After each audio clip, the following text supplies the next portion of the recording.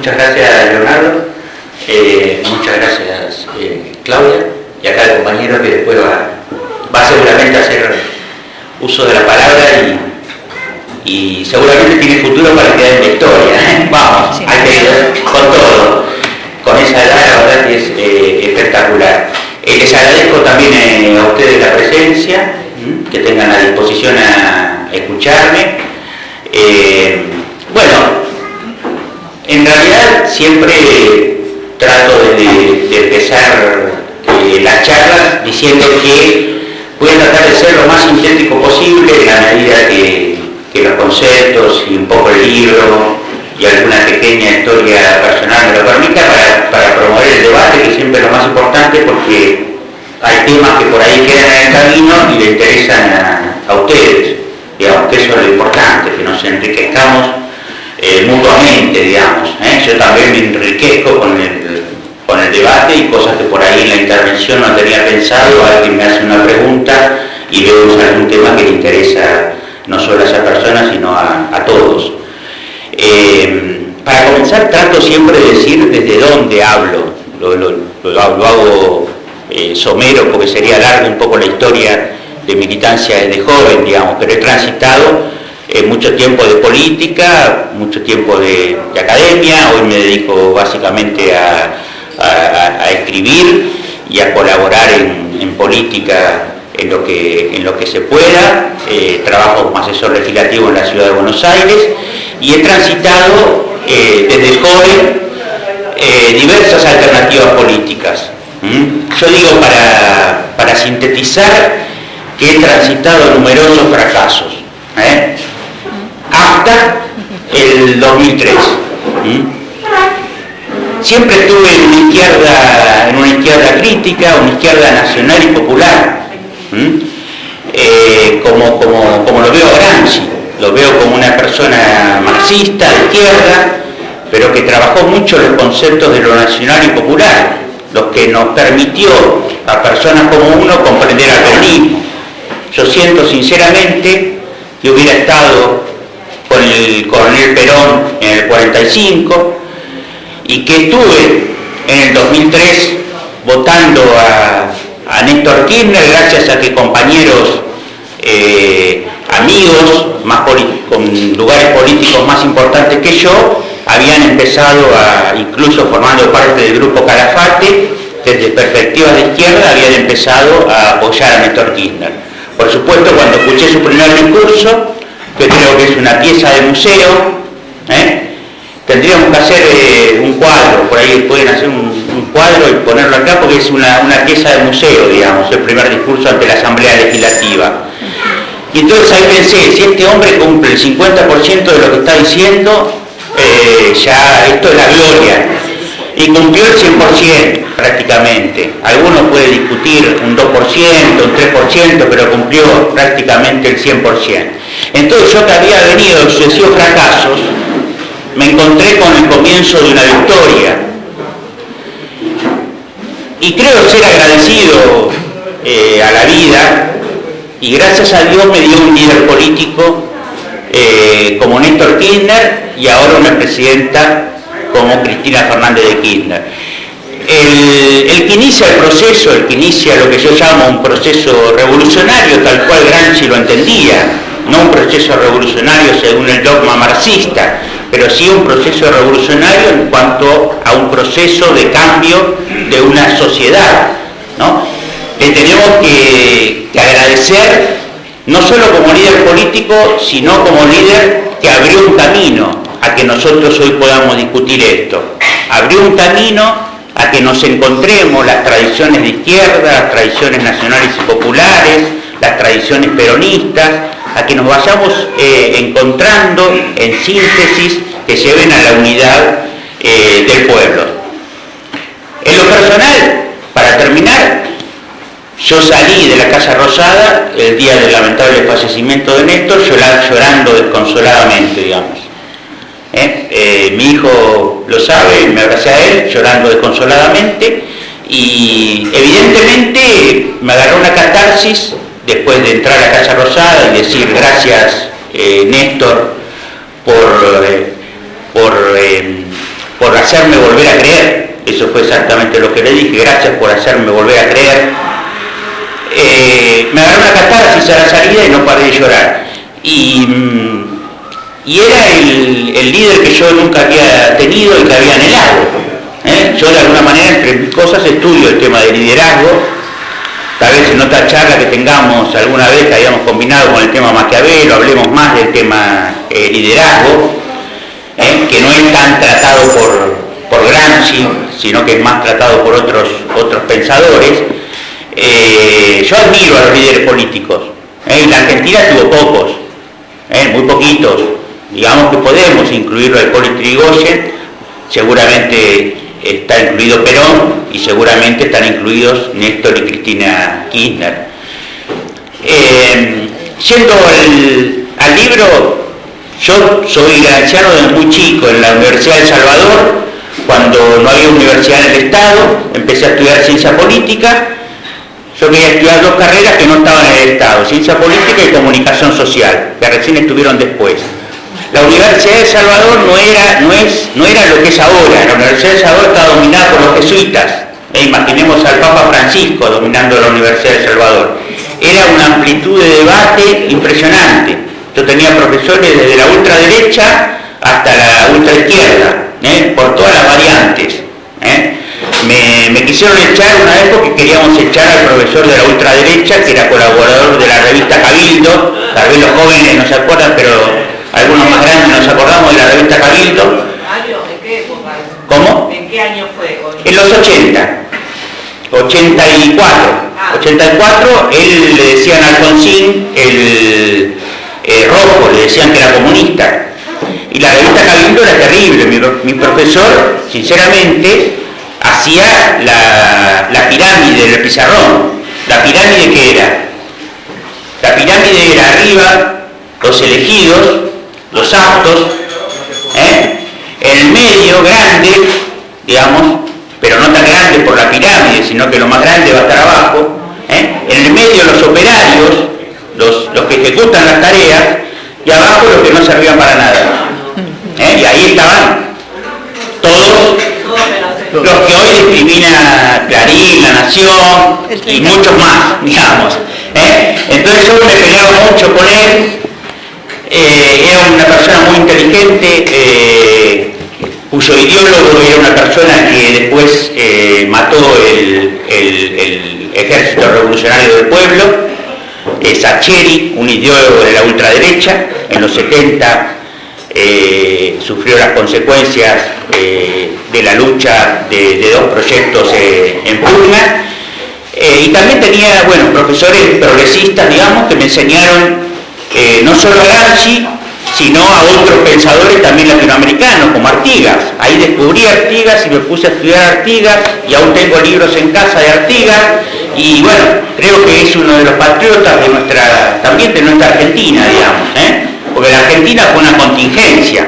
Podía haber sido otro país, o podíamos haber sido de la unidad latinoamericana, podíamos haber sido un Estados Unidos del sur, o sea, podíamos haber sido, que en realidad era la idea de Artigas, y además Artigas era más democrático, o sea, en ese tiempo ya era democrático, cuando Bolívar era monárquico, quería un rey inca, y San Martín también, de alguna manera, era monárquico, no era democrático. Sin embargo, Artigas, ya entre otras cosas, cuando por supuesto lo monárquico era casi lo natural, pero Artigas ya en ese momento era democrático. Entonces le decía, mamé esta izquierda nacional y popular, en combinaciones entre el marxismo, el peronismo, el marxismo y el cristianismo, siendo ateo, igual que Gramsci, igual que José Martí, comprendemos a la religión, aún siendo ateos, comprendemos a la religión y a la fe, siempre que sea bien ejercida en pos del bienestar humano, básicamente el cristianismo, ¿no?, que es distinto al catolicismo. Y también hay que considerar otras religiones. Por supuesto, entre otras cosas, me gusta muchísimo, y creo que es el Gramsci argentino, la figura de John William Cook. La figura de John William Cook creo que es una figura a estudiar como parte de un peronismo transformador, ¿no? Y después la figura de Evita, ¿no? Yo nací en una familia evitista, no peronista, digamos, sino evitista, O sea, querían más a Evita que a Perón, donde las mujeres dominaban mucho, porque yo pensaba, mi abuela y mi mamá y mi tía se fueron durante 3 días al féretro de Evita y le dijeron al abuelo, volvemos en un rato. Entonces yo pienso eso y digo, claro, las mujeres tenían un poder impresionante, porque se iban 3 días y volvían, y el abuelo o sea, que las mujeres tenían un poder importante, en esa época tenían un poder importante, digamos, en familias que eran más bien, a veces, en la realidad, manejadas más por las mujeres que por los hombres. Un matriarcado, claro. Entonces, mamá Evita, por supuesto, idolatro la figura de Che Guevara, digamos, o sea, me formé en toda esa concepción. Y hoy estoy viviendo una época impresionante, desde hace, por supuesto, 12 años, y veo el futuro con mucho optimismo. Desde chicos nos enfrentamos a lo que ustedes pueden leer, que son los gramscianos argentinos, que son Juan Carlos Portantiero, Pancho Aricó, algunos que interpretaron a Gramsci a partir de lo que decía Leonardo cuando Gramsci entra a la cárcel, y de alguna manera le cortan las piernas, digamos, entienden al Gramsci nada más carcelario. El Gramsci que entra a la cárcel es el que ya sufrió el Partido Comunista una derrota. Yo creo que hay que interpretar al Gramsci que entra a la cárcel y al Gramsci anterior a la cárcel, activo, porque es muy difícil pensar solo desde la cárcel, digamos, aunque hizo ahí su mayor obra, porque tenía tiempo y tenía posibilidades, y antes había estado muy activo desde muy joven en lo que era el Partido Socialista y después el Partido Comunista. Y tuvo un enfrentamiento con Mussolini terrible. Para completar a Leonardo, ese enfrentamiento con Mussolini lo llevó a que el fiscal, cuando lo acusó, dijera: tenemos que hacer que este cerebro no piense durante 20 años. Entonces, efectivamente, lo dejaron de pensar hasta su muerte, que además, terriblemente, su muerte ocurre 3 días después, nada más que él sale de la cárcel enfermo. O sea que 3 días después que sale de la cárcel, él muere enfermo por las condiciones carcelarias que había padecido. ¿Él dijo eso? ¿El Mussolini dijo eso? El fiscal que lo acusó dijo 20 años que este cerebro no funcione, y así no lo lograron, porque Gramsci siguió pensando en la cárcel, ¿no? Pero digamos, esta tendencia de los gramscianos argentinos que terminaron socialdemocratizándose y apoyando a Alfonsín, apoyando a Angelós después en los 90, es una posición que ve un Gramsci moderado, que por ahí a ustedes les llega alguna visión de Gramsci, que en realidad no es la real. Si tomamos el Gramsci completo, Gramsci fue primero un absoluto revolucionario, con una concepción marxista, y después con conceptos que lo fueron acercando a los movimientos nacionales y populares, o sea, una concepción de lo nacional y una concepción de lo popular. Una concepción de lo nacional que en realidad ya tenía Lenin, no le inventa a él. Lenin, cuando se enfrenta con Trotsky en los comienzos de la Unión Soviética, ya empieza a tener una concepción de lo nacional. La Unión Soviética tenía 2 enfrentamientos: un enfrentamiento interno, una guerra civil interna cuando se produce la Revolución Rusa, y después una guerra externa, la Primera Guerra Mundial. Entonces Lenin dice: tenemos que consolidar nuestra revolución a nivel nacional, no podemos pelear contra el ejército blanco, que era el ejército interno, y el ejército de las grandes potencias extranjeras. Entonces dice: hagamos la paz con el extranjero, y nace el pacto de Brest-Litovsk, con el cual Trotsky está en total desacuerdo, digamos. Ahí nace la diferencia entre el marxismo-leninista y el trotskismo, que hoy seguimos sufriendo, ¿no? Las concepciones nacionales y populares seguimos sufriendo las concepciones trotskistas, y de ahí nace un poco el pensamiento de Gramsci. Otro dato fundamental en cuanto al marxismo es que él lo vincula mucho al desarrollo de la conciencia, Había un marxismo vulgarizado, muy economicista, que decía la revolución se va a hacer sola cuando el capitalismo entre en crisis, va a entrar en crisis económica y la revolución va a nacer producto de la clase obrera que va a tomar conciencia y se va a producir casi naturalmente. Y él dice, no, hay que crear conciencia antes, aunque la conciencia mayor, como es en Cuba, vendrá después de la revolución. Pero hay que generar conciencia antes. Esta es una discusión que viene con el Che también. El Che cuando habla del hombre nuevo. ¿Cuándo es el hombre nuevo? ¿El hombre nuevo es después de la revolución o antes de la revolución? ¿Cómo es el proceso? ¿Sí? El verdadero hombre nuevo es después de la revolución, está claro. Pero hay que generar las condiciones del hombre nuevo antes. Porque mucho de lo que tienen que hacer la revolución tienen que ser en gran parte hombres nuevos. Aunque la revolución, como decía Fidel, siempre con algún hijo de puta se hace, digamos, o sea, la revolución nicaragüense se hizo con Edel Pastora, que enseguida traicionó a la revolución y se fue a pactar con Estados Unidos. Siempre con algunos se hace, pero el hombre nuevo tiene que nacer también antes de la revolución.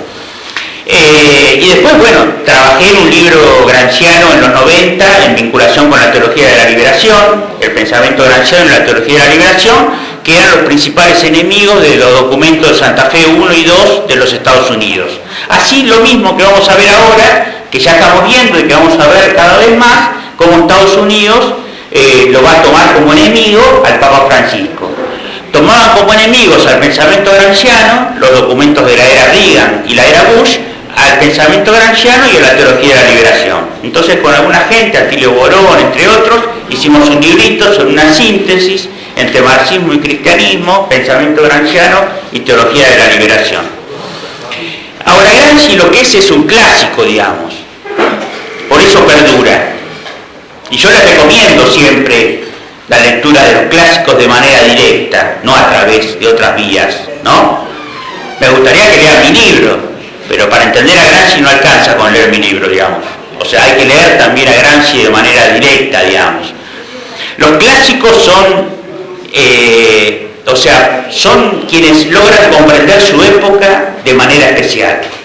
Para leer la época que vivió Gramsci, la Italia de su tiempo, hay que leer a Gramsci. Momentos posteriores a la Revolución Rusa, donde parecía que la revolución se difundía por toda Europa, aunque después fracasó. Después, la gente con el correr de los tiempos lo sigue releyendo para comprender su presente. Y así pasó con Gramsci, no solo en la Argentina, sino también bastante en Brasil, en México. El pensamiento gramsciano tuvo mucho que ver con el nacimiento del Partido de los Trabajadores en Brasil. O sea, son importantes porque nos dan una relectura de nuestro tiempo, son actuales por una serie de circunstancias. Y después lo que nos da para finalizar como tercer punto son conceptos o teorías modelo que nos permiten tener herramientas para aplicar a nuestro presente. Por ejemplo, el papel de los intelectuales tal cual lo interpretaba Gramsci, lo podemos interpretar en la actualidad. Gramsci decía que intelectuales somos todos, algunos ejercen más que otros como intelectuales, pero todos somos intelectuales. Por lo tanto, hoy tenemos que comprender la batalla cultural en todo sentido. O sea, porque es un profesor de la universidad, un periodista, nosotros discutiendo acá, las charlas que hacen ustedes, todas son tareas de intelectuales. Esa herramienta de cómo Gramsci concebía a los intelectuales, no en la campana de cristal, no aislados del mundo, sino trabajando en la batalla cultural, ahí es donde esa herramienta nos permite traerla hoy al presente y por eso Gramsci es un pensador pertinente. ¿Cuándo Gramsci empieza a tener preponderancia? Básicamente cuando la sociedad civil está en movimiento. Era impensable Gramsci que nos sirviera en los 90, cuando teníamos una sociedad totalmente anómica, digamos. Pero desde el 2003 tenemos una sociedad civil, como decía Gramsci, sociedad civil y sociedad política, tenemos una sociedad civil en ascenso. Entonces ahí es Gramsci donde empieza a aparecer fuertemente en lo que es básicamente dos conceptos: que son la conformación de un bloque histórico, de diversos sectores sociales que empiezan a pensar en sintonía. O sea, acá tenemos el movimiento juvenil, tenemos el movimiento de derechos humanos, tenemos los intelectuales, tenemos el partido, el kirchnerismo. Nos falta alguna pata, digamos, o sea, nos falta el sindicalismo, lamentablemente, ¿no? O sea, ese es un tema que tenemos que trabajar. Lamentablemente el sindicalismo ha aportado poco al proceso kirchnerista, salvo algunos sectores como la CTA de Yasky. Después los demás han aportado todavía poco, y el sindicalismo es muy importante en un proceso transformador. Pero a partir de todo este proceso de cambio productivo, industrial, capaz que se van generando nuevas generaciones de sindicalistas que nos ayuden a cambiar este sindicalismo en general, ligado más a lo burocrático que a la lucha por el salario y por las mejores condiciones de la clase obrera. Y este movimiento de la sociedad puede nacer en determinadas circunstancias desde abajo o desde arriba. La Argentina ha tenido características de que los movimientos surgieron desde arriba. Sinceramente, surgiendo desde abajo, yo no creí mucho en dónde iba a desembocar el 2001. No me parecía el movimiento que nos llevara a un cambio. Por suerte llegó Néstor y de alguna manera interpretó eso. Si ustedes leen el libro El Flaco de Feynman, Néstor le decía eso a Feynman, porque Feynman le decía: anclate en toda la gente que hizo el 2001, y desde ahí ganá en una transversalidad. Despejate del peronismo, seguí siendo peronista, pero hacer una transversalidad con toda la gente del 2001. Y Néstor le decía: la gente del 2001 tiene intereses entre sí muy contradictorios, está una clase obrera, piqueteros, etcétera, pero está una clase media que salió a la calle solo por sus ahorros. Entonces Néstor le dice: no, yo creo que tengo que empezar a organizar a los sectores. Hay sectores, y ahí empezó. Le dijo a Máximo: organizó una juventud. Le dijo a Feynman: organizar un núcleo de intelectuales, y Feynman en su individualismo no logró armar un grupo de intelectuales, aunque después Horacio González, Eduardo Josami, Ricardo Foster se pusieron el tema al hombro y nació Carta Abierta. Néstor Kirchner en persona se puso a dialogar con los movimientos piqueteros y logró dividir a los movimientos piqueteros y que una parte viniera con el gobierno, porque eran momentos de mucha problemática, de muchísima problemática. Yo tengo un libro que habla sobre el primer año de Néstor, y es terrible la cantidad de cosas que tenía para resolver. O sea, era impresionante la cantidad de problemas que tenía para resolver. Imaginemos que además el primer día él ya va a Entre Ríos con Filmus: vamos a resolver, Daniel, Filmus lo cuenta, Danielito, venite mañana que vamos a... Claro, el conflicto de los docentes en Entre Ríos. Le dice: vamos, Daniel, salgamos esta noche, salimos. Listo, se fueron para allá y arregló el conflicto. O sea, imaginemos la cantidad de conflictos que tenía. Entonces empezó Néstor a organizar sectores para que tener una sinergia entre todos esos sectores positiva y que vayan dándole legitimidad a su legalidad, porque era legal, pero tenía problemas de legitimidad al llegar con el 22 y pico % de los votos.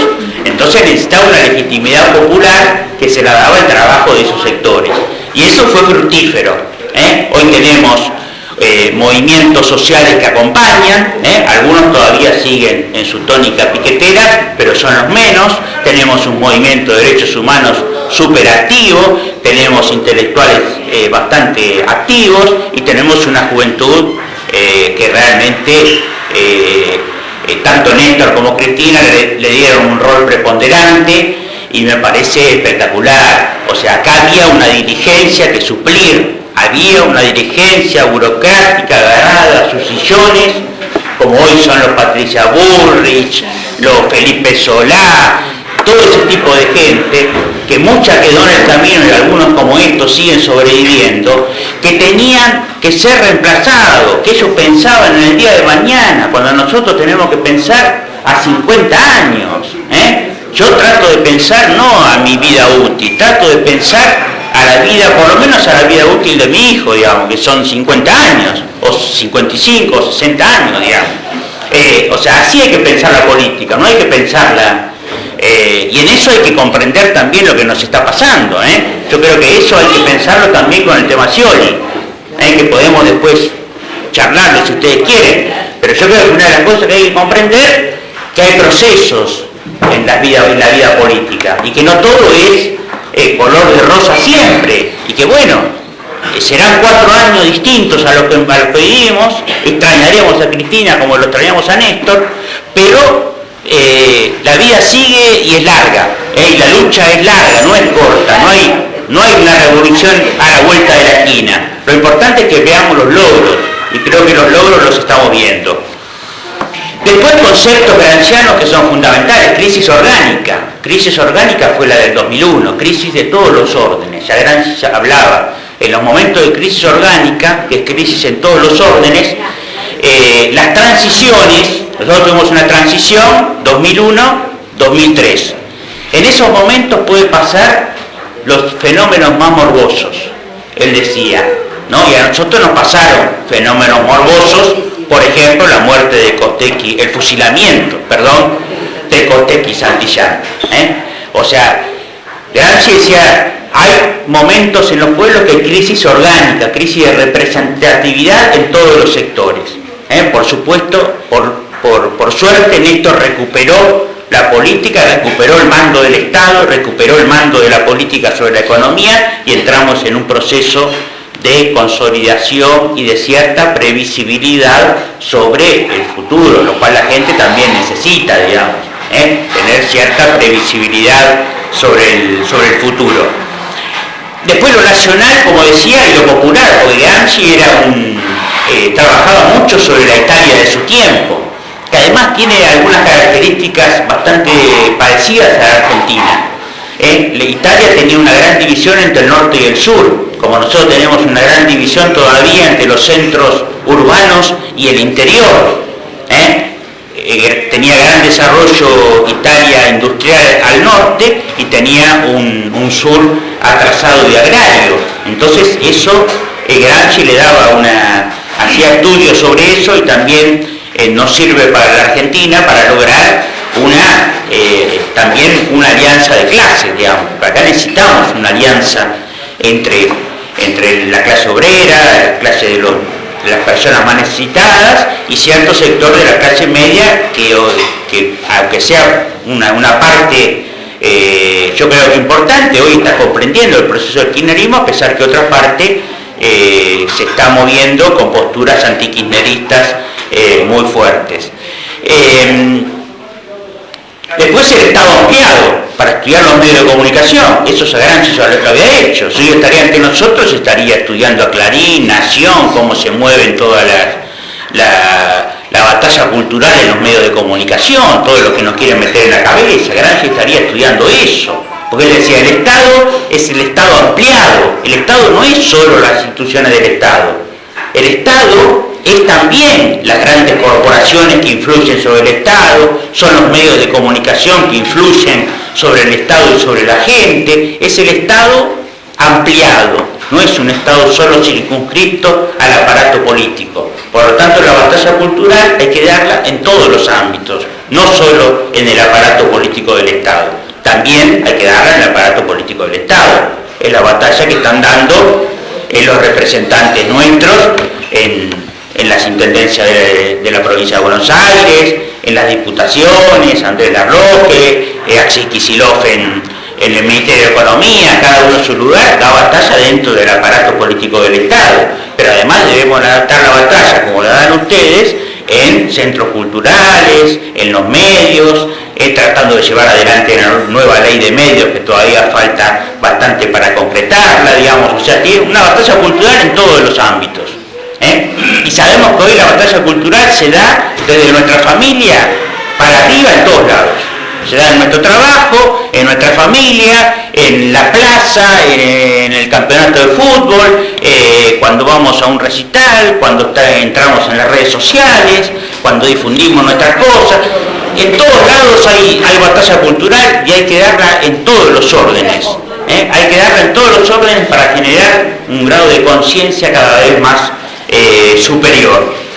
Y después el concepto de hegemonía, hegemonía que fue tomado ya para la historia, fue tomado por la derecha, por todos los tipos de pensamiento y fue creado por Gramsci, el concepto de hegemonía, que hay que tratar de lograrlo a través de ganar la batalla cultural. Álvaro García Linera, el vicepresidente de Bolivia, dice: necesitamos ganar lo que Gramsci decía, la reforma intelectual y moral, derrotar al adversario en sus argumentos, que la gente empiece a comprender que no se puede pagar la deuda con el hambre del pueblo, que lo que nos dice Clarín, La Nación, es mentira por esto, por esto y por esto y por esto, digamos. O sea que la política tiene que ser financiada de alguna manera, como era financiada en el pasado, digamos, tiene que ser, hay empleados públicos, hay dirigentes, hay ministros que deben cobrar. Hoy hablé con una radio y le decía, bueno, y el otro día creo que charlaba con mi hijo, digo, sinceramente, hoy Kicillof tiene una responsabilidad increíble. Esto que dicen ahora que le ponen un monto, le ponen 40.000 pesos. O sea, tales ganan 40.000 pesos. Ya le pusieron un monto, como Macri dice 1 millón de créditos, el otro día en 678 se reían, porque decía, ¿por qué dijo 1 y no dijo 2, 3? No, porque total, para mentir, decís 3 en vez de 1. Entonces esto le ponen 40.000. Ya el 40.000 es como un número que está ahí. Entonces se lo meten a Kicillof, se lo meten a la Cámpora, se lo meten a Forster, se lo meten a cualquiera, 40.000. Y yo decía, Kicillof se merece más de 40.000 con la responsabilidad que tiene. Sinceramente se merece más, porque está jugándose su pellejo con un grado de responsabilidad, él pone la firma en cuestiones importantes, tiene que formarse, se formó para ejercer esa función. No puede ganar como maestro. No, claro, esto de la ultraizquierda, digamos, esto de la ultraizquierda, todo, esto de los trocos de que todos tienen que ganar como maestros, dejémonos de joder, o sea, hay que aumentar el salario de los maestros, pero una cosa es ser un maestro y otra cosa es ser un ministro de Economía. O sea, estamos, ¿no? O sea, no es lo mismo por el grado de responsabilidad, no es lo mismo, no es lo mismo un médico que un tornero, no es lo mismo, porque el médico tiene a su cargo vidas, Entonces estos conceptos de Gramsci, especialmente quería remarcar el del bloque histórico, que reemplaza el concepto clásico del marxismo de las clases sociales, que de alguna manera está anticuado. El bloque histórico es como una alianza de clases, que se ve en las sociedades complejas. Gramsci dice, Italia es una sociedad compleja, no es Rusia. Nosotros somos Argentina, no somos Cuba, ¿sí? Somos distintos. Argentina es muy distinta también a Chile, a Uruguay, cada país tiene su proceso,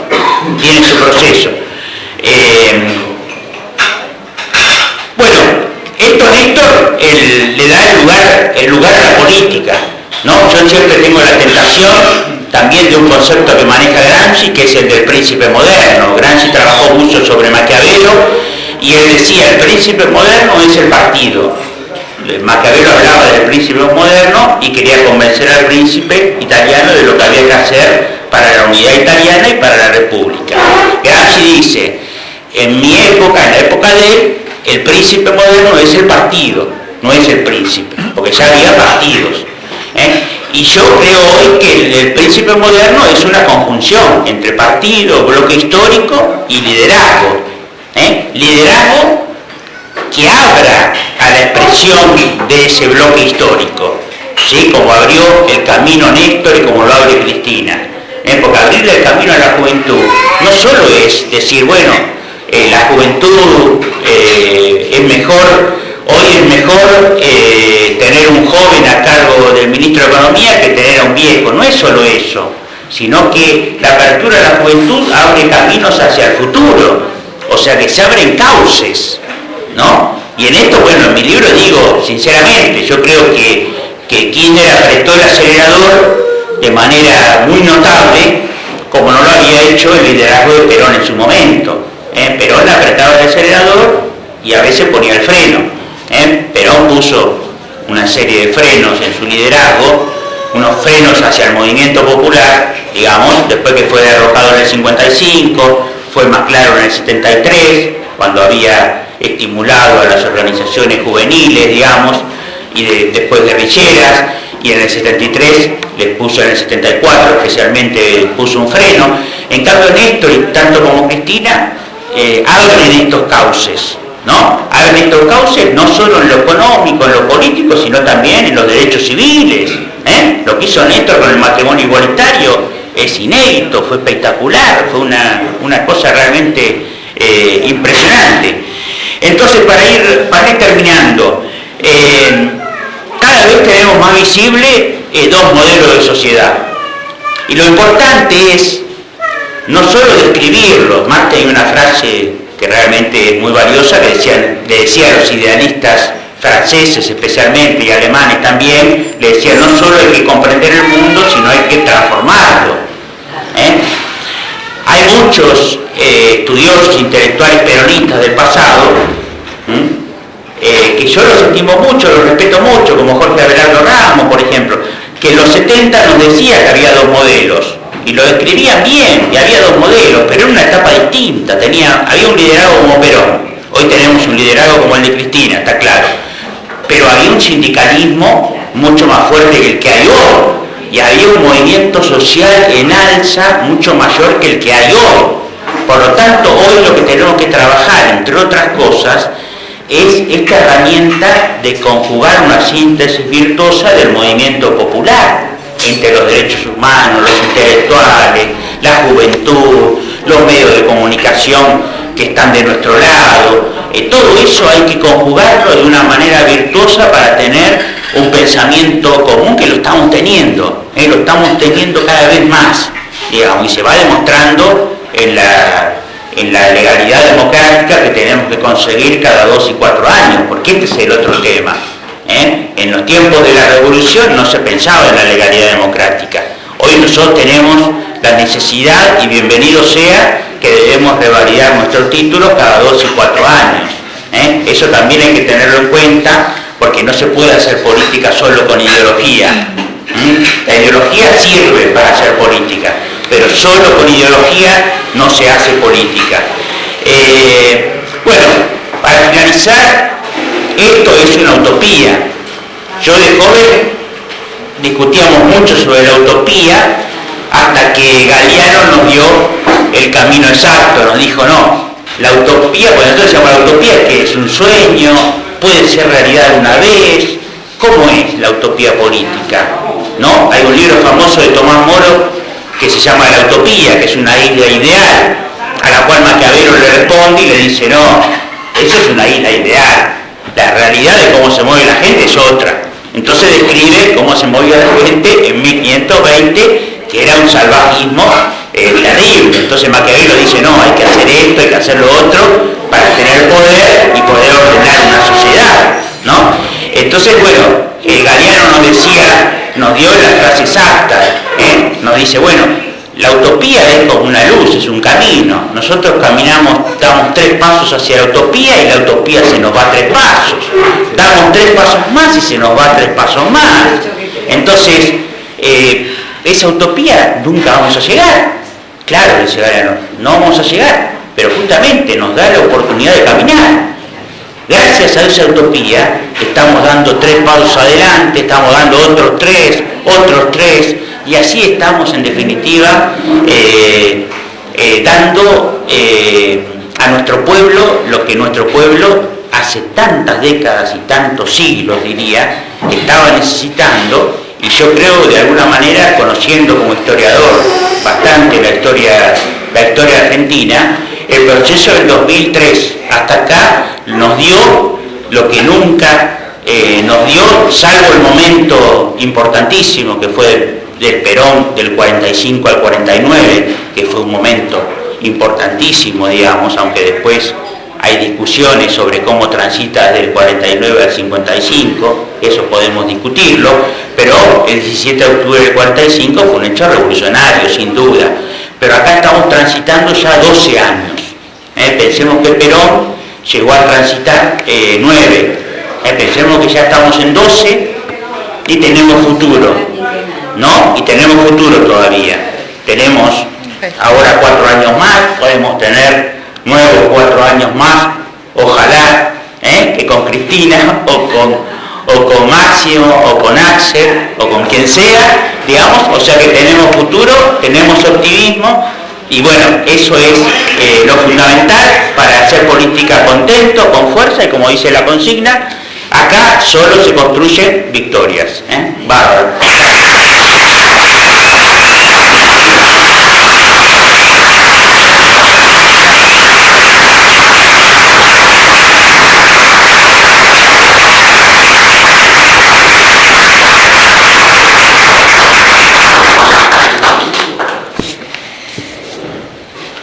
Bueno, compañeros, preguntas al compañero. Bueno, la verdad, muy interesante todo. Y yo me quiero centrar en la palabra intelectuales, ¿no? Toda la filosofía política, los filósofos han hablado mucho del rol del intelectual, desde Platón, bueno, Maquiavelo, Descartes, y bueno, tuvieron. Yo te quiero hacer una consulta de qué hoy diría Gramsci acerca de los movimientos sociales. ¿Los movimientos? Sociales. Sí. ¿Serían ellos los intelectuales? ¿O sería, por ejemplo, Néstor Kirchner, que aunó todos los movimientos sociales que estaban dispersos? Y son ambos en tareas distintas, digamos. En tareas distintas, pero ambos tienen calidad. El que en un movimiento social organiza para una movilización, organiza para ir a controlar, como hacían ustedes, la asignación universal por hijo, que los padres cumplan con el tema de la educación y la salud, los que trabajan para el plan Procrear, los que trabajan para los planes diversos que tiene el gobierno en materia social, todos esos son de alguna manera intelectuales. Porque uno le está generando conciencia en la gente, está usando su racionalidad, le está diciendo, bueno, ustedes reciben la asignación universal por hijo, pero eso tiene que tener una contraprestación, que es que esos chicos que reciben la asignación se eduquen y tengan buena salud. Hasta Néstor Kirchner, en realidad, ahí deberíamos hacer una distinción entre lo que es el intelectual y lo que es el político, digamos. El político es el máximo representante del líder político, y la política en general es la madre de todas las ciencias. El liderazgo es una forma de ejercer la política. Tal vez en un futuro, dentro de 1000 años, no necesitemos liderazgos. ¿Qué sé yo? ¿No? Eso puede ser, incluso algunos filósofos del pasado lo pensaron. Tomás Moro, en su ensayo sobre la utopía, pensaba que en la utopía no va a haber liderazgos y que cada uno va a cumplir con lo que le corresponde, de manera que todos vivamos bien. Pero lamentablemente Hobbes, uno de los primeros que dijo, no, esto no, si no hay Estado, estamos sonados, digamos, se matan entre todos, entonces tiene que haber un Estado. Y entonces después Maquiavelo dijo, bueno, tiene que haber un Estado, y tiene que haber una forma en que el príncipe ordene ese Estado, y tiene que haber algunas cosas, digamos. El Estado está dependiendo mucho de los mercenarios, por lo tanto necesitamos armar un ejército nacional. El ejército nacional de Maquiavelo, para su tiempo, es como la militancia nuestra. Nosotros somos un ejército de militantes. En esa época el ejército se necesitaba para ordenar el Estado, digamos. Y hoy la militancia y la conciencia popular se necesita para que el gobierno sea legítimo y pueda llevar adelante todas las políticas que hoy está llevando adelante Cristina. El intelectual es alguien más que piensa, el político es alguien más de acción. Yo te digo porque yo siento esa pregunta como propia, digamos. Yo he trabajado en política mucho tiempo, he trabajado con gente más o menos que ha tenido algunos lugares siempre más bien minoritarios, porque vengo de una tradición de izquierda, pero me he relacionado y tengo relaciones, y yo me considero más un intelectual que un político. Y sin embargo veo dotes en otras personas que son más políticos que intelectuales. Y algunos hacen alguna síntesis. Por ejemplo, para nombrarte, Eduardo Josami es una persona que tiene dotes intelectuales y a la vez tiene dotes políticas. Edgardo Moca es un personaje que tiene dotes más intelectuales que políticas. Y creo que lo máximo es, digamos, o sea, podríamos tener una transformación, diría que hasta podríamos tener una transformación sin intelectuales. O sin tener intelectuales durante un tiempo, pero lo que no podríamos tener ninguna transformación sin políticos. El intelectual no es el que va a hacer la transformación. El intelectual es el que va a dar un camino, pero después la acción es la que va a determinar el curso de una sociedad, ¿no? Y después cada uno se va viendo en el devenir de su tiempo si le gusta más la intelectualidad o le gusta más la política, o hace un mix. Hay algunos, para ser líder político es como para ser futbolista, o sea, se nace y se hace. Es muy difícil solo hacerse. O sea, hay dotes que se nacen, digamos, y nacen uno cada tanto. Encontrar un Néstor Kirchner no va a ser muy difícil. Cristina yo creo que es bastante similar, pero mi opinión siempre es que Cristina es una excelente gobernante, es una relatora del proyecto ideal. En realidad dicen algunos libros, me lo han contado gente que ha estado en el grupo Calafate, que en realidad el líder político era Néstor, Cristina era la relatora del proyecto y Zanini era el ideólogo, y es el ideólogo. Pero el líder nato, tal cual es entendido un líder político, era Néstor, digamos. O sea, era el que tenía capacidad de meterse en el barro, como le decía a Feynman. No, Feynman, hay que meterse en el barro. Digamos, de la campana de cristal de los intelectuales no hacemos nada, ¿no? Y esto es una gran verdad.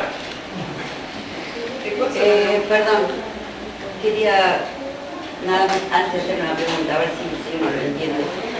Yo creo que lo que hace esa coyuntura, que vos decís, que la teoría y la práctica es la militancia, son el principio de lo que Lenin sostuvo y Gramsci retomó.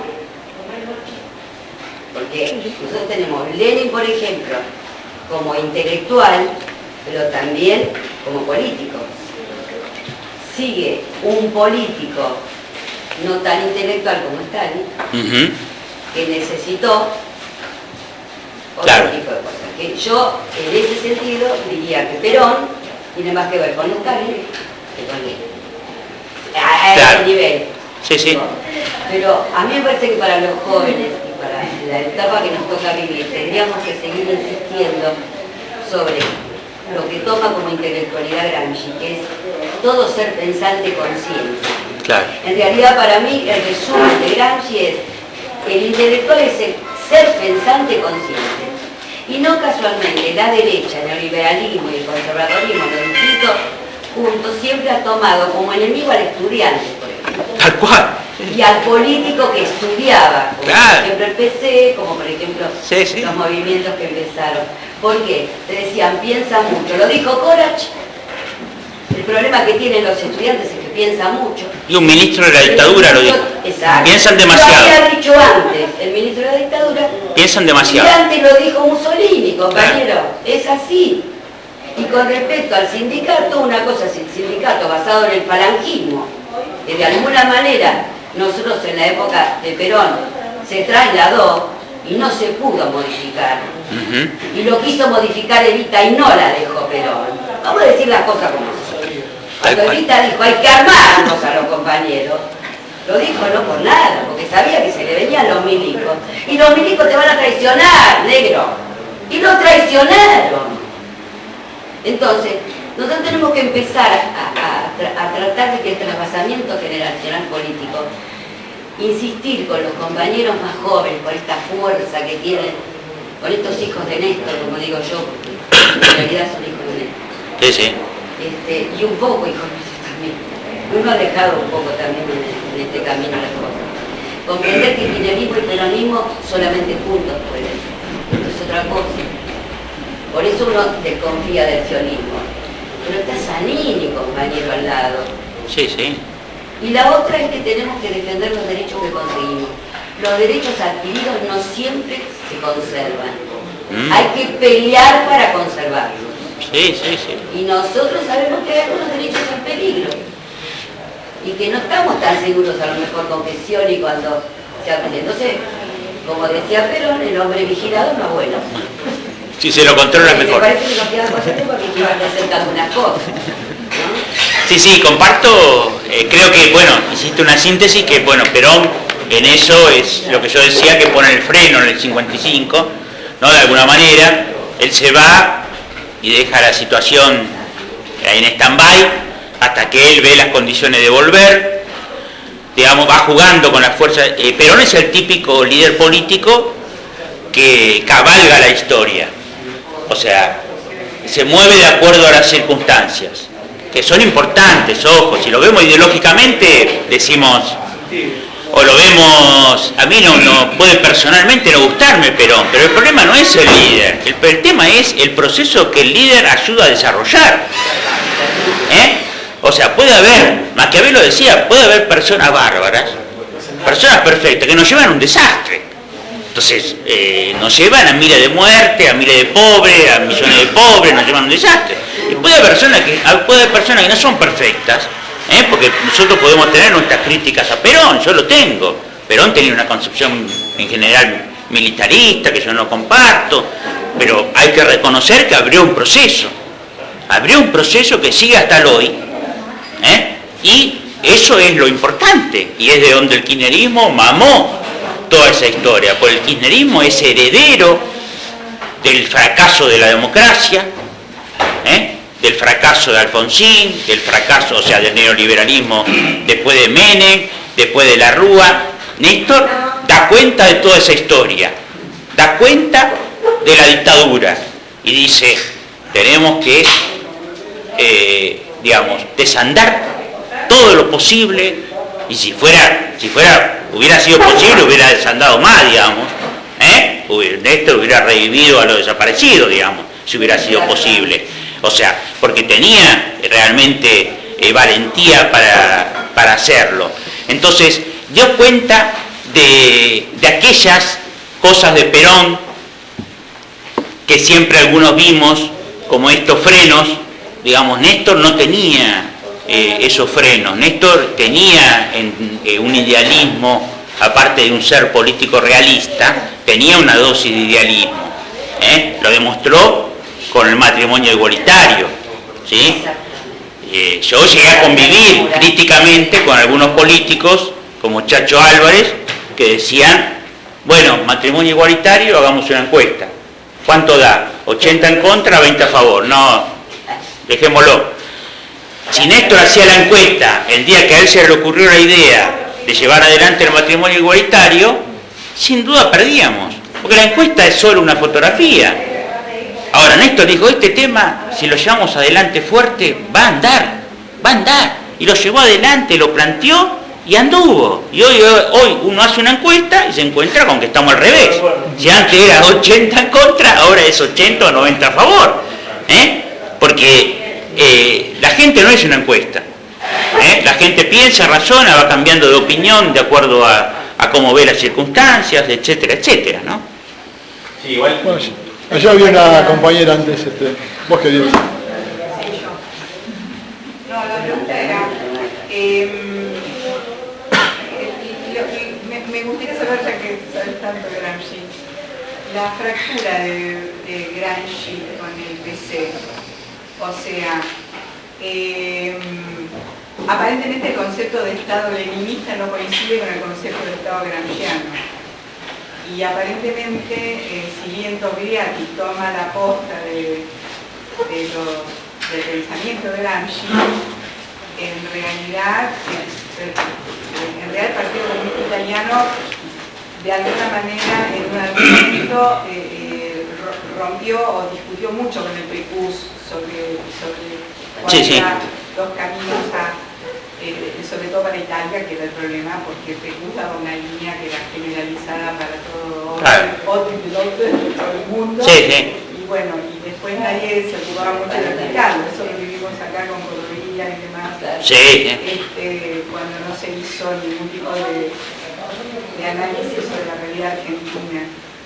Ahora, ¿fue Togliatti el que cambió la cosa en el PCI o no? Y Togliatti comienza el proceso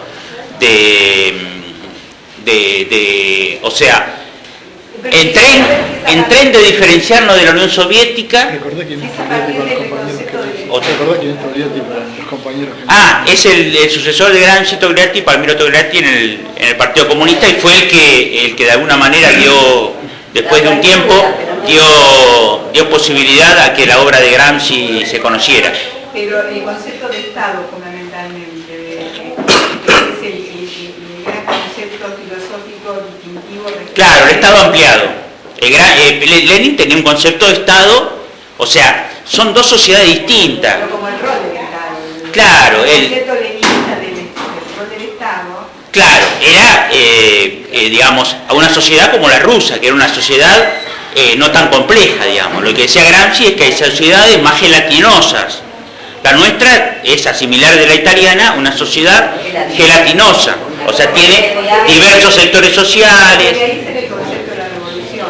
Claro, de ahí sale naturalmente el concepto de bloque histórico, de Estado ampliado. El Estado de Lenin era un Estado chico, digamos, un Estado que se lo tomaba fácilmente, o no tan fácilmente, pero se lo tomaba. Acá no, acá vamos, vamos a la Casa de Gobierno, la tomamos y no tomamos el Estado. En la época de Lenin, iban a la Casa de Gobierno, tomaban la Casa de Gobierno y tomaban el Estado. Nosotros vamos a la Casa de Gobierno, la tomamos y se cagan de risa. O sea, no es que tomamos el Estado. No, el Estado es toda una amplitud de cosas que no tiene que ver con la toma de, como era en Rusia, el Palacio de Invierno, ni es la toma de la sede gubernamental. O sea, la toma del Estado en definitiva es la toma del poder. Y el poder se toma de muy diversas maneras. Lo que Gramsci dice, el poder se toma fundamentalmente a través de la batalla cultural. O sea, tomar el poder es de alguna manera tomar la conciencia de los ciudadanos, no desde fuera, como decía Lenin, porque Lenin decía, el partido le va a inocular a la clase obrera, digamos, que está explotada, la conciencia. Pero resulta que empezaban a darse cuenta que los obreros, si bien explotados, no todos tenían conciencia. Entonces ahí entra el problema. Entonces Gramsci dice, no, la conciencia hay que generarla no solo a través de la fábrica, sino que hay que generarla en los medios de comunicación, hay que generarla en el movimiento social, hay que generarla en un montón de lugares. Y el modelo cubano es un modelo leninista para una sociedad no gelatinosa. La sociedad cubana es una sociedad que no tiene nada que ver con la nuestra. La sociedad cubana se hizo la revolución porque había una clase burguesa minoritaria, y una clase empobrecida muy grande, y por lo tanto fue posible la revolución. Ahora después, bueno, la sociedad cubana tiene otros desafíos, que sería largo, digamos, y sería hermoso, si alguna vez tienen ganas. El proceso cubano es un proceso muy interesante, pero es distinto a la Argentina, digamos, pero bueno, por suerte existió, digamos. Este también es el tema de la Unión Soviética, digamos. Togliatti, el PCI, el Partido Comunista Italiano, se va moderando cada vez más, y entonces la oposición con la Unión Soviética va siendo cada vez mayor, digamos, y bueno, yo desde chico nunca compartí la política de la Unión Soviética, pero digamos, mientras la Unión Soviética existía, otro era el mundo. Recién hoy, desde el 89 al 2013, estamos retomando la senda para terminar con el modo del imperialismo yanqui de manejar el mundo. Recién ahora estamos empezando, gracias a China, Rusia. Por eso también tenemos que ser, digamos, no como son los trotskistas, digamos, críticos absolutos de Rusia, China, porque tienen un modelo tal o así o de esta manera, digamos. Porque son potencias que reordenan el mundo y a nosotros nos beneficia eso. Entonces, la existencia de la Unión Soviética, de alguna manera, aunque no era lo que nosotros aspirábamos, era un beneficio. Y después lo sintió los países satélites de la Unión Soviética. Yo digo siempre que había una pared en Polonia que decía, volvamos al socialismo, queremos volver al socialismo. Y uno abajo le contestó, eso no era socialismo. Bueno, volvamos a lo que éramos. Claro. Volvamos a eso. Claro. Sea lo que sea, A eso. yo quiero volver a lo que era, no quiero esto. Claro. ¿Mm? Sí, bueno. Pero también Jorge, la lucha querías. chauvinista, ¿no? ¿Cómo? Jorge, querido. Que el nacionalismo no chauvinista. Porque Claro, también no chauvinista. La palabra nacionalismo, la palabra líder, hay líderes positivos y líderes negativos, mirá. Claro, sí, sí. Son sí. los que crea Estados Unidos para crear la tercera guerra Sí, que sí. se está dividiendo en pedacitos, pero es una tercera guerra. Y acá también en América Latina tuvimos movimientos guerrilleros de izquierda, como Sendero Luminoso en Perú, que fue absolutamente negativo. Jorge. Sí, un poco lo habías mencionado recién sobre la batalla cultural. A mí me gustaría que vos aclararas un poco más la relación entre la cultura y la hegemonía. Sí, sobre todo en un país como este, donde yo pongo en discusión el término hegemonía de parte del Estado. Me parece que la hegemonía está en discusión, pero me gustaría que lo aclararas, que lo expresaras, porque cuando se menciona el término batalla cultural, por ahí no queda claro cuáles son los términos de esa batalla. Es el debate de ideas, o sea, Gramsci además que comprendía a los intelectuales en sentido amplio, comprendía la cultura en sentido amplio. La cultura estamos hablando cuando la Versuit hizo el tema musical ese, que no me acuerdo cómo se llama, que era bastante antimenemista, digamos. Bueno, eso es parte de la batalla cultural. La música, las artes, el Centro Cultural Néstor Kirchner, todo eso es parte de los medios de comunicación, la batalla diaria en las discusiones en nuestras familias, digamos, bienvenidas sean, no hay que cerrarlas. Yo recuerdo la frase de mi abuela, bueno, hoy no se discute ni de fútbol ni de política, digamos. Bueno, no me parecía lo mejor. Ojalá podamos hoy discutir también política en términos civilizados en la familia, digamos. Pero hay una batalla cultural que atraviesa hoy todos los órdenes y que fue abierta por el kirchnerismo, digamos, y que va desde acá hasta las familias, hasta los lugares en los barrios, digamos, hasta diversos tipos de actividades. Lo que pasa es que, bueno, también hay una batalla cultural que dar contra los monopolios, digamos. Especialmente los monopolios. Claro, por eso la grieta. Por eso la ley de medios es algo que todavía falta, ¿no? La ley de medios es algo que todavía falta, digamos, yo creo que falta todavía para implementarse todo lo que podría hacerse, y me parece que ahí hay una importante batalla que dar. Creo que también en la batalla cultural los medios oficialistas todavía no se han manejado con toda la destreza que sería necesario, tanto a nivel escrito. Yo considero que 678 ha sido un mojón en la batalla cultural, ha sido un mojón. Yo pretendería que fuera un poco mejor hoy, pero bueno, ha sido un mojón importante. Comprender también la batalla cultural tiene que ver con comprender lo que la gente, o sea, no es que la gente quiere una sola cosa, la gente quiere un montón de cosas y hay diversidad de gente que quiere montones de cosas. Nosotros tenemos que tratar de ofrecer la mayor variedad de esas cosas, digamos, y tratar de convencer a los que no están convencidos. Hegemonía, como decía Álvaro García Linera, el vicepresidente de Bolivia, hegemonía es convencer a los que no están convencidos como nosotros. O sea, la hegemonía no es que nosotros hablemos entre nosotros. Eso no es hegemonía. Hegemonismo. Hegemonía es convencer a los que todavía no están convencidos.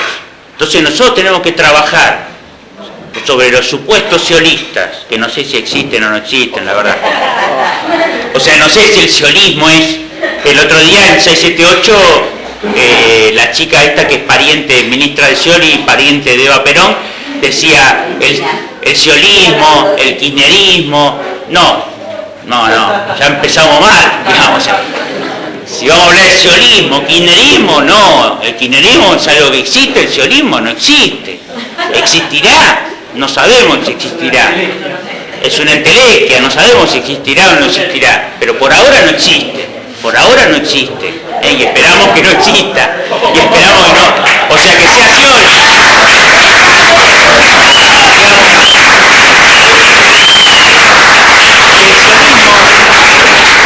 Que el siolismo sea Scioli, un hombre que yo considero un trabajador, lo considero un hombre suficientemente inteligente para darse cuenta que no puede sacar los pies del plato, porque si saca los pies del plato le va a ir peor que de la Rúa, digamos. O sea, hay que ser más boludo que de la Rúa para sacar los pies del plato hoy, digamos.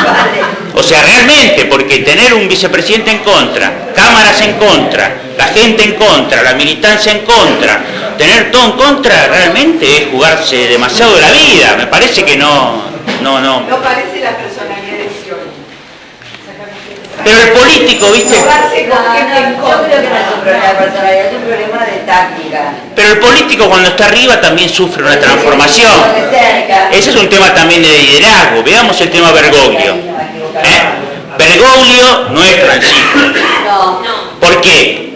Porque se da cuenta el lugar que ocupa y que tiene que transformarse de Bergoglio a Francisco y saber el lugar que ocupa y saber que América Latina es un hombre muy inteligente, no es ningún boludo, se da cuenta que América Latina está emergiendo, que Sugrey, ¿dónde está Sugrey? En Polonia, donde estaba la de Juan Pablo II, no, Sugrey está en América Latina y encima él es latinoamericano, entonces tiene que darle a esa Latinoamérica, tiene que darle, y entonces se compromete con nuestros intereses en contra del imperialismo yanqui, que además no es católico, en general es protestante. O sea que se da cuenta el tipo cuando llega a ese lugar qué es lo que tiene que hacer. Esperamos que Scioli se dé cuenta de estas cosas y cumpla con lo que estamos aspirando. Bueno, ¿alguna otra pregunta, compañeros? Sí, yo quería hacer un comentario con lo que dijo antes, ¿no? Eso de lo de Chacho Álvarez que calculaba, ¿no? Que ponía una pizarra, ¿no? Bueno, a ver si sirve o no sirve, y de repente Néstor decía, que me dijiste, bueno, lo vamos a hacer andar y anduvo. Yo creo que más que Néstor si andar y anduvo, si andaría o no creo que se trate ya tanto una cuestión de si anda o no, sino que es una cuestión más de que es algo que es necesario para un proyecto político que él quería plantear en la Argentina. Es necesario el matrimonio igualitario en el proyecto político del kirchnerismo, es algo totalmente necesario, es algo que no importa si anda o no anda, es algo que no importa si la gente se pone de acuerdo o no se pone de acuerdo, es un derecho que hace falta que se cristalice en leyes y que después la sociedad lo vaya tomando, y si no lo toma, no importa, porque es una minoría que tiene que estar representada. Y también es una forma de construcción política, porque desde la minoría el tipo va creando también hegemonía. El tipo de esa minoría es también algo, si me permite el término, maoísta también, ¿no? Es una cuestión de que a esas personas, hay muchas personas, ¿no? Que con esa ley y con esa impronta dentro del lugar que ha puesto a todo ese sector de la sociedad, le ha solucionado una contradicción principal.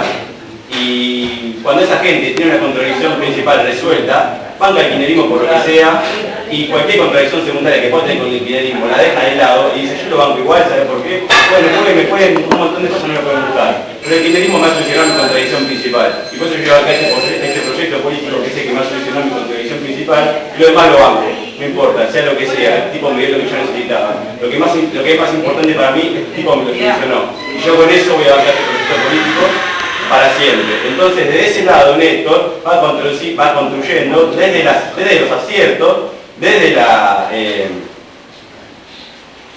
¿cómo se llama? De las coincidencias y no desde las rupturas o de, digamos, de la diferencia, ¿no? Va construyendo desde la coincidencia. Entonces va planteando, ¿no? Una hegemonía que dice, bueno, listo, loco. A cada persona le da lo que necesita, lo que le parece importante, el tema que para ellos, para su vida, es una porción importante, ¿no? Y desde ese lado va construyendo la hegemonía, ¿no? Entonces para Antía dice, no importa si para 39 millones de personas esto no va. Luego ganar 1 millón de personas que esa persona me va a acompañar en este proyecto político y van a hacer lo que permitan, no, bueno, listo. A los otros 39 millones le voy a dar las cosas que necesiten, a los otros 39 millones lo voy a incluir en este proyecto político de la manera que ellos quieran. Pero bueno, dice, no importa si anda o no anda, es algo necesario para el proyecto político que necesitamos, porque si no lo hiciéramos por una cuestión de que no anduviera o por lo que fuere, tampoco sería completo este proyecto político y tampoco sería el kirchnerismo que nosotros, ¿no? Que el que aprendimos en Néstor y Cristina y el que nos enseñaron. Está bien, ¿eh? Muy bueno. Bueno, otra pregunta. Bueno, yo voy a hacer una pequeña preguntita. Bueno, los 3 candidatos que tenemos, los 3 que pueden, nosotros sabemos que es uno prácticamente, pero hay 3 candidatos con posibilidades teóricamente, que son Scioli, Macri y Massa. Los 3 son egresados de universidades privadas Y la verdad que si uno los indaga un poquito, a ninguno se le queda un libro. No es así con Cristina, que uno ve un fondo importante. Alfonsín era un tipo muy leído también. En este caso llegan tres tipos que vemos que no tienen herramientas de ese tipo. Pero son los tres candidatos que hemos parido, que nosotros como sociedad hemos gestado. ¿Qué reflexión te disparas? Hay una, en general hay un tiempo, desde hace tiempo hay una crisis de la intelectualidad y de la formación educativa, digamos. O sea, hay una crisis que es un flagelo de hace tiempo, que es muy difícil de revertir de un día para el otro. Es un proceso largo, la reversión de la educación. La educación privada no es de excelencia, tiene muchos déficits en muchos aspectos, tiene algunos lugares que son interesantes, y la educación pública, bueno, tiene que avanzar. La universidad, si bien está bastante bien, digamos, tiene que avanzar, digamos. Y bueno, tenemos que llegar a un momento en que sea un orgullo que nuestros hijos vayan a una universidad pública o vayan a una escuela pública, ¿no? Lamentablemente todavía tenemos dificultades, En la ciudad de Buenos Aires es más fácil, en el conurbano o en la provincia de Buenos Aires las escuelas públicas son más dificultosas, o sea que tenemos Y después, bueno, hay un juego electoral acá. En el juego electoral no se impone tanto la intelectualidad, en el juego electoral. Por eso, claro, o sea, el intelectual no es una buena prensa para ser candidato político. El intelectual en general no es un buen, el intelectual nato no es un buen candidato político. Cristina, lo que pasa es que aún a su intelectualidad le suma su conocimiento de la política, entonces, y de la gestión. Entonces eso le permite tener el nivel que tiene, digamos. Pero a Cristina, hablando a nivel que habla, la valoramos nosotros, digamos, y los kirchneristas. Pero en general, mucha gente no valora lamentablemente el pensamiento, la intelectualidad.